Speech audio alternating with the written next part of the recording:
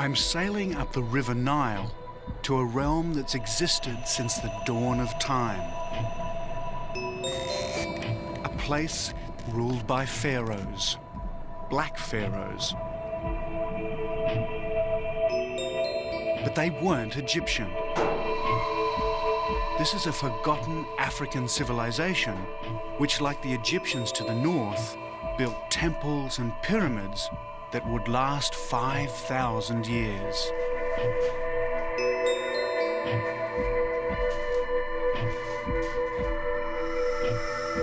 So my journey takes me 1,000 miles up the Nile, deep into a desert where temperatures soar to 120 degrees. And here I come face to face with the black pharaohs of Africa.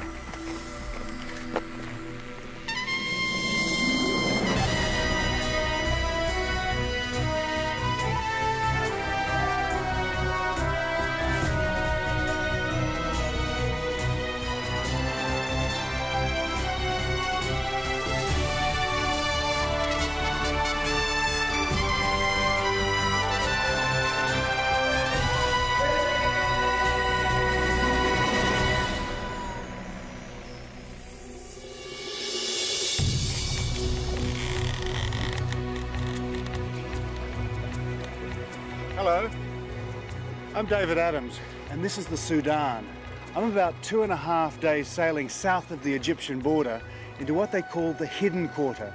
It's the least travelled part of the Great River Nile. From here to Khartoum, Sudan's desert capital, there's 1,000 miles of temples, tombs and fortresses of a culture that once ruled all Egypt herself. As the crow flies, my journey's only 330 miles. But by river, round the great S-bend of the Nile, it's triple that distance, nearer 1,600 kilometres. But first, a little history.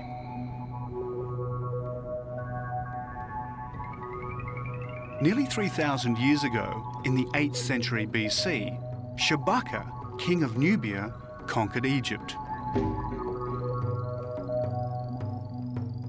His dynasty was to rule the Egyptian Empire for over a century, the 25th Nubian dynasty.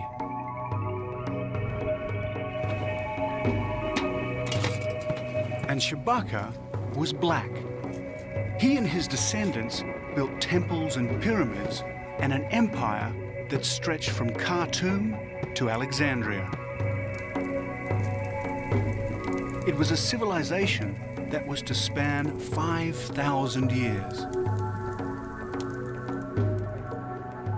So to go back to the roots of this ancient African empire, I'm sailing up the Nile in the most traditional of ways.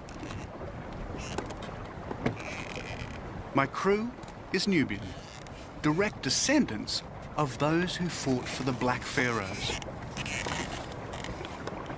And I'm sailing on a felucca, a boat little changed in 3,000 years, ideally suited to what's a very user-friendly river. And what makes the Nile really navigable is that the flow goes one way towards Egypt and Alexandria, and the north wind goes the other towards Khartoum. So boats like this can navigate up and down the Nile at will. The Nile is Sudan's lifeline. 60% of its waters rise in the Ethiopian highlands and flood down the Blue Nile to bring nourishment to its fertile banks.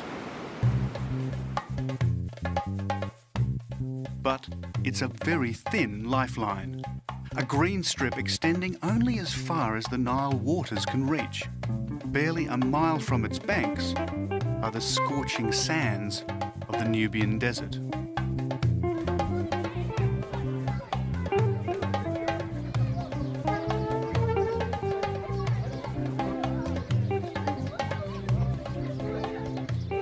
Today, the Nubians of Sudan live in mud villages much as they've done for centuries. And I never knew mud could be made so colourful. These walls have become a canvas on which to paint vivid geometric patterns.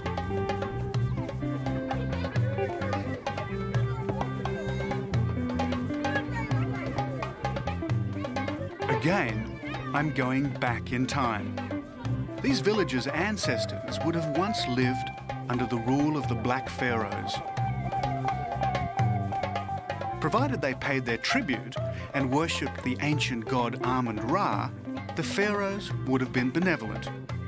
If they'd defaulted, they would have incurred the pharaoh's wrath. Today, the villages are Islamic, and in true Islamic style, they extend a welcome to all strangers. They really are incredible, these buildings. You'd think you were in Mexico with all the painted adobe houses there, instead of right in the middle of the Sudan.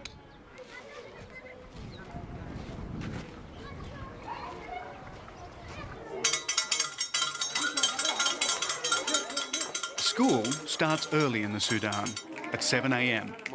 And as Westerners seldom pass this way, the school teacher grabs his opportunity. He wants me to tell his students about my home country, Australia. أشهر المدن في أستراليا مجاهد Sydney. Sydney? Sydney. Yeah, that's where I come from, Sydney. وثاني Do they know this one? Yes.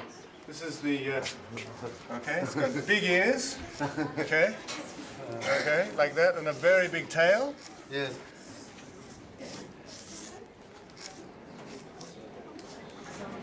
They know this one? What's this one? Kangaroo. Yeah. Kangaroo. Yeah, matches. You know this one? Boxes. Yeah. Yeah? Kangaroo. Like this. I wonder what would happen if I asked Western children to name an animal in the Sudan. I'd be even more amazed if they knew where it was. Thank you very much. Thank you, It was very good. But Very good I to must see be you on my both. way. Goodbye. Thank you. Ciao. It all seems so calm and peaceful here. But just across the river is an old fort. It stands as a stark reminder of rival imperial ambitions that have so often disrupted the peace of this great river.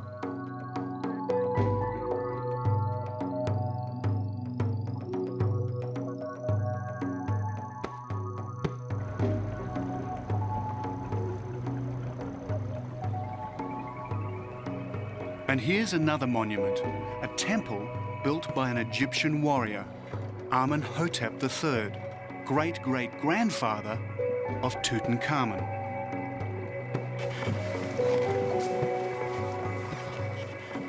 It was built 4,000 years ago, and it predates King Solomon, Babylon, and the temples of classical Greece. It was from temples like these that the Black Pharaohs drew their inspiration and founded their ancient African civilization.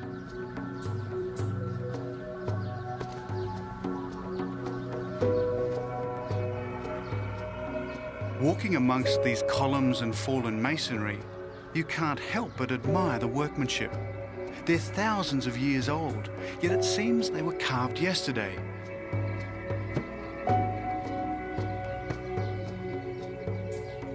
And where are the tourists? If this were a temple in Egypt, it would be crawling with them. But I seem to have it all to myself.